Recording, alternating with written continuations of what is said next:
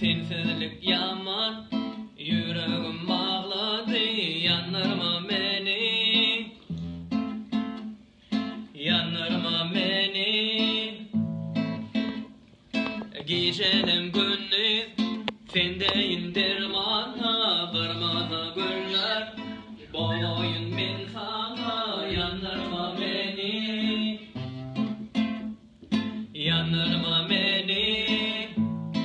Sensiz yaman dummadım alap, gecelerini seni yatlap, ömrüm gamda senden özgü bana yapmaz, yanırma beni,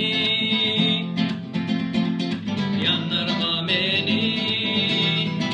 Gecelim gündüz sarılır sensiz, sorulum ağlap, gönülüm sensiz, yaralama beni, yarala beni.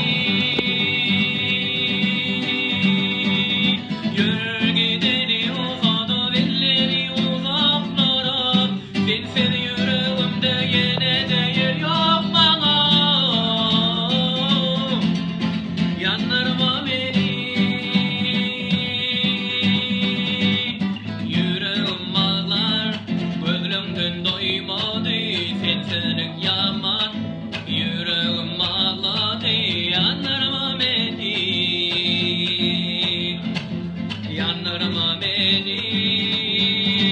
Gecenin gündüz